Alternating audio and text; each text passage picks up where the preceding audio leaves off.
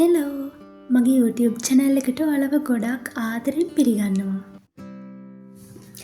ඉතින් මම කලින් වීඩියෝ එකේදී ඔයාලට කිව්වනේ කොහොමද හරියටම ඩීප් හෙයාර් ඔයිලින් එකක් කරන්න කියලා ඔයගොල්ලොත් එක්ක මම ෂෙයා කරගන්නවා කියලා. එහෙනම් අපි අද කතා කරමු කොහොමද මේ ඩීප් හෙයාර් ඔයිලින් එකක් හරියටම කරන්නේ?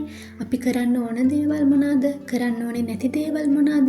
ඒ වගේම මේ ඩීප් හෙයාර් ඔයිලින් ගැන ගොඩක් අය කියන දේවල් ඇත්තද කියලාත් අපි අද මේ වීඩියෝ එකෙන් කතා කරමු.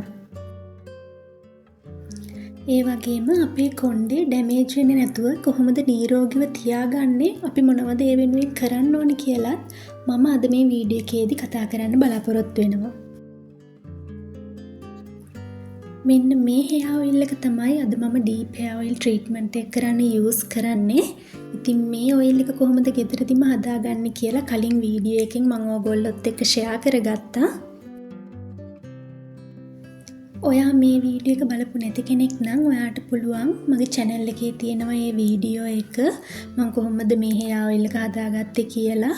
ඉතින් ඒක ඔයාට බලන්න පුළුවන්. මම මේ වීඩියෝ එකේ description box එකේ හරි comment section එකේ හරි ඒ වීඩියෝ එකේ link එක pin කරලා තියන්නම්. මුලින්ම අපි ඩීප් හෙයාර් ඔයිල් එකක් කරන්න කලින් කොණ්ඩේ ගැට අයින් කරගෙන ඉන්න ඕන. මොකද ඔයිල් කරලා ඉවරලා කොණ්ඩේ ගැට අයින් කරමු කියලා හිතුවොත් එහෙම කොණ්ඩේ ඕනවට වඩා ගැලවිලා යන්න බලනවා. ස්කැල්ප් එක ගොඩක් මොයිස්චරයිස් වෙලා තියෙන හින්දා මේ හෙයාර් ඔයිල් පාවිච්චි කරලා. ඉතින් මුලින්ම මම කරන්නේ මේ විදිහට මගේ අතින් තමයි කොණ්ඩේ ගැට ටික මුලින්ම කඩාගන්නේ පනාවෙන් කඩන්න කලින්. මොකද පනාවෙන් එක සැරේම පීරලා ගැට අයින් කරන්න ගියොත් එහෙම කොණ්ඩේ ගොඩක් කැඩිලා යනවා, ඩැමේජ් වෙලා යනවා. ඉතින් ඒ හින්දා තමයි මම මේ විදිහට මුලින්ම අතින් පොඩියට සෙක්ෂන් බෙදාගෙන ඒ කොටස් වල තියෙන ගැට අයින් කරගන්නේ.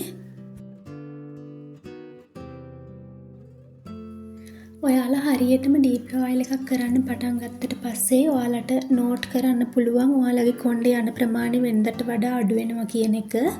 මගෙත් එහෙමයි.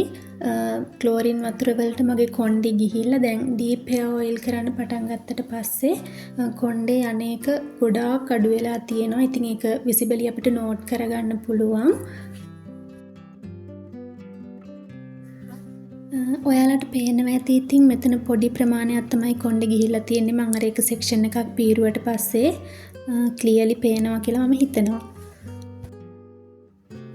ගොඩාක් අය කියනවා මේ ඩීප් හෙයාර් ඔයිල් එකක් රැට කරන්න එපා. දවල්ට නාන්න පැයකට දෙකකට කලින් කරන්න කියලා. හැබැයි මම නම් ඩීප් හෙයාර් ඔයිල් එකක් කරන්නේ රැට. මොකද මමත් ඒ කතාව විශ්වාස කරලා නාන්න පැයකට දෙකකට කලින් ඩීප් හෙයාර් ඔයිලින් කරාට මට කිසිම රිසල්ට් එකක් හම්බුනේ නැති හින්දා. ඔයාලට පුළුවන් මේ ට්‍රීට්මන්ට් එක කරද්දී මේ වගේ ඔයිල් ඇප්ලිකේට් එකක් තියෙන බොටල් එකක් පාවිච්චි කරන්න. ඉතින් මම පාවිච්චි කරන්නේ මේ ඇප්ලිකේට් කැප් එකක් තියෙන මේ බොටල් එකට ඔයිල් ටිකක් දාගෙන පාවිච්චි කරනවා. හරිම ලේසි. මේකේ මේ තියෙන ඇප්ලිකේටර්ස් වලින් අපේ ස්කැල්ප් එකට හොඳට ඔයිල් කරන්න පුළුවන්. ස්කැල්ප් එකට වදින විදිහට. ඉතින් මේක පාවිච්චි කරන එක හරිම ලේසි. එහෙම නැත්නම් ඔයාලට මෙන්න මේ වගේ ඩ්‍රොපර්ස් වලිනුත් මේ ට්‍රීට්මන්ට් එක කරන්න පුළුවන්. මේකිනුත් ලේසි. ඔයිල් අරගෙන ස්කැල්ප් එකට ඇප්ලයි කරන්න. ඉතින් මම මේ ඩ්‍රොපර් එක ගත්තේ AliExpress එකෙන්. ලංකාවේ මම හිතන්නේ ෆැන්සි ෂොප් වල එහෙමත් ගන්න ඇති මේ වගේ ඩ්‍රොපර්ස් වෙනම. ඔයාලා පොඩ්ඩක් හොයලා බලන්න. ඉතින් මම මුලින්ම මේ හෙයාර් ඔයිල් එක ඇප්ලයි කරන්න කලින් සාමාන්‍ය රස්නේ තියෙන උණු වතුරයකට විනාඩියක් දෙකක් විතර වගේ දාලා තියෙනවා. පිච්චෙන ප්‍රමාණයට නෙමෙයි, ඔයිල් එක ටිකක් රත් කරගන්න විතරක්. එතකොට අපිට බෙනිෆිට් එක ගන්න පුළුවන් ගොඩක්. ඊට පස්සේ ඔයාලට පුළුවන් මේ වගේ ඇප්ලිකේට් බොටල් එකකින් හරි එහෙම නැත්නම් ඩ්‍රොපර් එකකින් හරි හොඳට අපේ ස්කැල්ප් එකට මේ ඔයිල් වැටෙන විදිහට හොඳට ඇප්ලයි කරගන්න. ඉතින් මම කලින් ඔයාලට කිව්වානේ මම මේ ඩීප් හෙයාර් ඔයිලින් කරන්නේ රැට. මොකද දවල්ට මම නාන්න පැයකට දෙකකට කලින් කළාට මට කිසිම රිසල්ට් එකක් නැහැ කියලා. ඉතින් මම ප්‍රොෆෙෂනලි මේ දේවල් ගැන දන්න කෙනෙක් නෙමෙයි. ඒ වුණාට මමත් මේ දේවල් කරන්නේ ගොඩක් සර්ච් කරලා බලනවා net එකේ. ඊට පස්සේ මම මේ දේවල් මගේ එක්ස්පීරියන්ස් එකකින් තමයි ඔයගොල්ලොත් එක්ක මේ ෂෙයා කරගන්නේ. ඉතින් එක එක්කෙනාගෙන් එක එක්කෙනාට වෙනස් වෙන්න පුළුවන් අපි මේ hair oil treatment කරාට එකෙන් හම්බෙන result එක. ඉතින් ඔයාලට පුළුවන් මම කියන නිසාම මේ දේ කරන්නේ නැතුව ඔයාලට ටිකක් try කරලා බලන්න පුළුවන්. ඉතින් මොකද ගොඩාක් මම දැකලා තියෙනවා YouTube එකේ videos වල කියන්නේ නාන්න පැයකට කලින් දෙකකට කලින් මේ hair oil apply කරලා තියන්න කියලා. ඒ වුණාට ඇත්තටම මට ඒකේ result එකක් හම්බුනේ නැහැ. මම ඕවර්නයිට්ම මේ hair oil එක මගේ ඔළුවේ තියාගෙන ඉන්න එකෙන් තමයි මට result එක හම්බුනේ. මොකද මේ oil එකේ තියෙන ඒ ඔක්කොම නියුට්‍රියන්ස් අපේ ඔළුවට ගන්න ඕනනේ අපිට ප්‍රතිඵල හම්බ වෙන්න. ඉතින් මම හිතන්නේ පැයකින් දෙකකින් මේ දේවල් කරන්න පුළුවන් ඇති කියලා. ඉතින් ඔයත් මේ hair oil treatment එකක් රැයට try කරන්න හිතාගෙන ඉන්නවා නම් ඔයාලට පුළුවන් මෙන්න මේ වගේ hair cap එකක් පාවිච්චි කරන්න. ඒකෙන් ඔයාගේ මූණේ සහ කොට්ටේ මේ oil එක ගෑවෙන එක නවත්ව ගන්න පුළුවන්. හැබැයි ඔයා dandruff තියෙන කෙනෙක් නම් එහෙම නැත්නම් ඔයාට penis තත්ත්ව එතකොට මූණේ ගොඩක් pimple තියෙන කෙනෙක් නම් ඔයා රැයට hair oil treatment එකක් කරන්න එපා. ඔයා දවල් වරුවේ කරන්න කියලා මම ඔයාට suggest කරනවා. ඊළඟ දේ තමයි ඔයා මසාජ් කරනකොට හරිම gently මසාජ් කරන්න ලොකු weight එකක් දීලා මසාජ් කරන්න යන්න එපා. එහෙම වුණොත් එහෙම ඔයාගේ කොණ්ඩේ ගැලවිලා යන්න ඉඩ තියෙනවා මේ ගොඩාක් tight විදිහට ගොඩක් hardly මසාජ් කරොත් එහෙම. ඉතින් ඊළඟ දේ තමයි මම දැකලා තියෙනවා සමහර අය කියනවා මේ deep hair oil එකක් කරාට පස්සේ අපි මේ කොණ්ඩේ හොදනකොට shampoo කරන්න එපා නිකන් වතුරෙන් හොදන්න කියලා. ඉතින් ඔයාලා හිතලා බලන්න ඔයාලගේ අතේ oil එකක් ගෑවිලා තියෙන වෙලාවක ඔයාලා සබන් වලින් හරි hand wash වලින් හරි හේදුවේ නැත්තම් ඒ oil එක අතේ රැඳිලා තියෙනවා. එතකොට වැඩිපුර කුණු දූවිලි මේ අතට එකතු වෙනවා. අත ඉක්මනට ජරා වෙනවා. ඉතින් ඒ වගේ තමයි අපේ කොණ්ඩේත් අපි oil කරලා තියෙන වෙලාවට shampoo එකක් දාලා හොඳින් හොදලා පිරිසිදු කරලා යවුවේ නැත්තම් එහෙම මේ ස්කැල්ප් එකට කුණු දූවිලි ඉක්මනට එකතු වෙලා ඔයාට dandruff හැදෙන්නත් ඉඩ තියෙනවා. ඒ හින්දා මම නම් අනිවාර්යයෙන්ම වෙනදටත් වඩා හොඳට shampoo කරනවා මේ deep hair oil එකක් කරපුවාම. ඉතින් ඊළඟ ටිප් එක තමයි අපි hair oil කරනකොට මේ විදිහට ඔළුව පල්ලෙහා අතට හරවලා මසාජ් කරන එක. ඉතින් මේකෙන් වෙන්නේ අපේ ස්කැල්ප් එක ඇතුලේ blood circulation එක ක්‍රමවත් වෙනවා. එතකොට ඒ හරහා අපේ hair growth එකත් වැඩි වෙනවා. ඒ විතරක් නෙමෙයි මේ stress එක release කරගන්න අපේ mental health එකටත් ඒ වගේම mentally relax වෙන්නත් මේක ගොඩාක් influence වෙනවා. ඉතින් අනිත් වැදගත්ම පොයින්ට් එක තමයි ඔයාලා මාස 2-3කට සැරයක් නම් මේ වගේ deep hair oil treatment එකක් කරන්නේ. ඇත්තටම ඔයාලට කිසිම result එකක් ගන්න බෑ. ඔයාලට මුල් කාලේ අඩුම තරමේ සතියකට දවස් 2ක් හෝ 3ක් මේ විදිහට deep hair oil treatment එකක් කරන්න වෙනවා continuously මාස 3ක් විතර යනකම්වත්. එතකොට තමයි ඔයාලට මේකෙන් result එකක් තියෙනවා කියලා visibly ඔයාලට ඒක note කරගන්න පුළුවන් වෙන්නේ. ඉතින් ඔයාලගේ කොණ්ඩේ මුල වගේම අග ගැනත් ඔයාලා හිතන්න ඕනේ.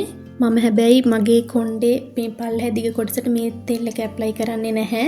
මම මේ වෙනුවට පාවිච්චි කරන්නේ බේබි ඔයිල් එකක්. මොකද අර ඔයිල් එකේ අපි ගොඩක් හර්බල් දේවල් දාලා තියෙන හින්දා ඒකෙන් කොණ්ඩේ ගොඩක් කළු පාට වෙනවා. ඉතින් මම ඔයාලට ඉස්සරහට පෙන්නන්නම් ඒ වෙනස. ඉතින් මගේ කොණ්ඩේ ස්වභාවිකවම තඹ පාටක් තමයි තියෙන්නේ. ඉතින් ඒ පාටට මම ගොඩක් ආසයි. ඉතින් ඒ හින්දා මම අර ගෙදරදී හදාගත්ත හර්බල් ඔයිල් එක පාවිච්චි කරන්නේ නැහැ මේ කොටසට. මම පාවිච්චි කරන්නේ බේබි ඔයිල් එකක්. ඔයාලට සිලිකන් ඔයිල් එකක් උනත් පාවිච්චි කරන්න පුළුවන්. එහෙම නැත්නම් අර කලින් අපි පාවිච්චි කරපු හර්බල් ඔයිල් එකම පාවිච්චි කරන්න පුළුවන්. ඉතින් ගොඩක්ම මේ කොණ්ඩේ අගිස්ස තමයි අපි ස්කැල්ප් එකෙන් පස්සේ කොණ්ඩේ අගිස්සට තමයි hair oil කරන්න ඕනේ. මොකද අගිස් පැලෙනවා නම් එහෙම වුණොත් එහෙම කොණ්ඩේ ගොඩක් ඩැමේජ් වෙනවා. ඉතින් අනිත් වැදගත්ම දේ තමයි මේ කොණ්ඩේ අග කොටස ඔයාලගේ පැලිලා තියෙනවා නම් ඒවා trim කරලා අයින් කරන්න. මොකද නැත්තම් ඒවා දිගින් දිගටම පැලිලා කොණ්ඩේ ගොඩාක් ඩැමේජ් වෙලා යනවා. මම මේ විදිහට කොණ්ඩේ සෙක්ෂන් කරගෙන හොඳට අර බේබි ඔයිල් එක ඇප්ලයි කරගන්නවා. එතකොට තමයි අපේ කොණ්ඩේ හරිම අර හෙල්දි ලුක් එකක් තියෙන්නේ, ෂයිනි ලුක් එකක් තියෙන්නේ. ෆ්‍රිසි වෙලා තියෙන ගතිය නැතෝ යන්නේ. අපි මේ විදිහට පල්ලෑ කොටසටත් හොඳට ඔයිල් ඇප්ලයි කරාට පස්සේ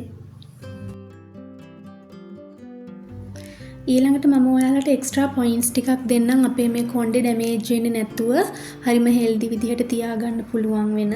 ඉතින් ඔයා නෑවට පස්සේ හෙයාර් ඩ්‍රයර් එකකින් කොණ්ඩේ වේලන කෙනෙක් නම් එහෙම කරන්න එපා. ස්වභාවිකවම කොණ්ඩෙට වේලෙන්න ඉඩ දෙන්න. මොකද ඔයා හෙයාර් ඩ්‍රයර්ස් පාවිච්චි කරනවා කියලා කියන්නේ ඔයාගේ කොණ්ඩෙට කරන ලොකු ඩැමේජ් එකක්.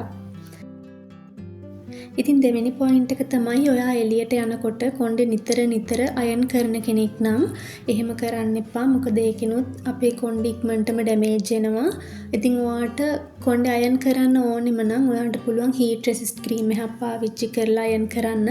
හැබැයි අයන් නොකර ඉන්න තරමට හොඳයි. නිතර අයන් කරද්දි කොණ්ඩේ ගොඩාක් ඩැමේජ් වෙන්න බලනවා. ඉතින් තුන්වෙනි පොයින්ට් එක තමයි ඔයා නිතර ඔයාගේ කොණ්ඩේ ගොඩක් ටයිට් වෙන හෙයාර් ස්ටයිල්ස් නම් දාන්නේ. ඉතින් ඒ වගේ හෙයාර් ස්ටයිල් දාන්න එපා. එහෙම වුණොත් ඔයාගේ කොණ්ඩේ ඉක්මනටම ගැලවිලා යන්න බලනවා. ඉතින් ඒ හින්දා කොණ්ඩේ ගොඩක් ටයිට් වෙන්නේ නැති ටිකක් සාමාන්‍ය කොණ්ඩේ රිලැක්ස් එකේ තියාගන්න පුළුවන් ස්ටයිල්ස් try කරලා බලන්න. හතරවෙනි පොයින්ට් එක තමයි ඔයා නිදා ගන්නකොට ඔයාගේ කොණ්ඩේ නිකම්ම කඩාගෙන නිදා ගන්න කෙනෙක් නම් එහෙම නැත්නම් කොණ්ඩේ ගොඩාක් තද කරලා ගොතාගෙන හරි බැඳගෙන හරි නිදා ගන්න කෙනෙක් නම් එහෙම කරන්න එපා. එතකොටත් කොණ්ඩේ ඩැමේජ් වෙනවා. ඉතින් හොඳම දේ තමයි කොණ්ඩේ සාමාන්‍ය විදිහට ලිහිල්ව ගොතාගෙන නිදා ගන්න. ගොඩාක් තද කරන්නේ නැතුව. ඉතින් ඒ වගේ පොඩි ටිප්ස් වලිනුත් අපිට පුළුවන් අපේ කොණ්ඩේ ඩැමේජ් වෙන එක වළක්වලා අපේ කොණ්ඩේ හෙල්දි විදිහට තියාගන්න.